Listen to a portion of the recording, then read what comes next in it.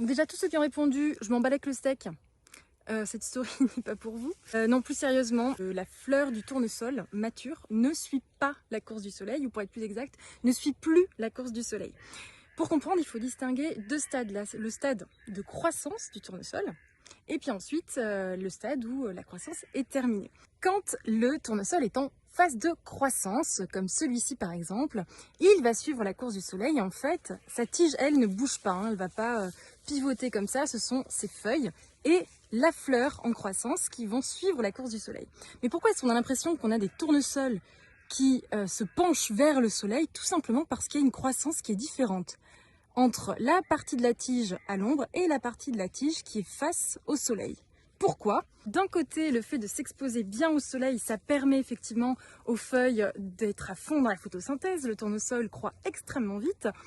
Mais en même temps, il y a une hormone qui n'aime pas trop le soleil, c'est l'hormone de croissance qui s'appelle l'auxine, qui est produite à l'extrémité haute du tournesol, qui du coup, comme elle n'aime pas trop le soleil, elle va aller se réfugier dans les tiges, derrière, au niveau de l'ombre. Autrement dit, sur ce tournesol en croissance, ici on a l'auxine, l'hormone de croissance qui va être synthétisée, qui va descendre, mais elle va descendre plutôt dans la face qui est à l'ombre. Et donc ici, cette partie à l'ombre va croître plus vite que la partie qui est exposée au soleil. Donc on va avoir l'impression, comme il y aura plus de production de biomasse végétale ici, que le tournesol se penche vers le soleil. Puis le tournesol en croissance va du coup tourner en fonction de l'orientation du soleil au cours de la journée. Donc la partie qui se trouvait à l'ombre où il y a eu un excès d'auxine produit, qui a donc ce côté qui a donc cru.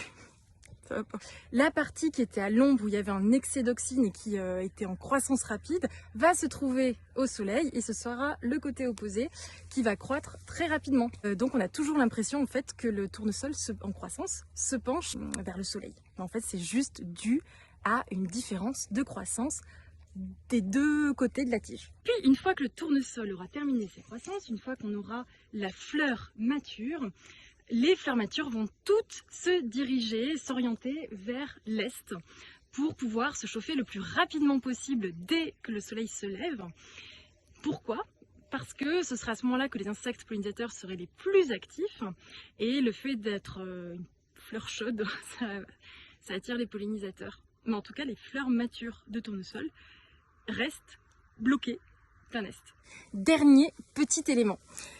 Je vous ai dit que la plante elle chauffait bien parce qu'elle était exposée plein est et ça va poser des petits problèmes de transpiration de la plante potentiellement excessif. La plante va perdre beaucoup d'eau parce qu'elle est en plein cagnard.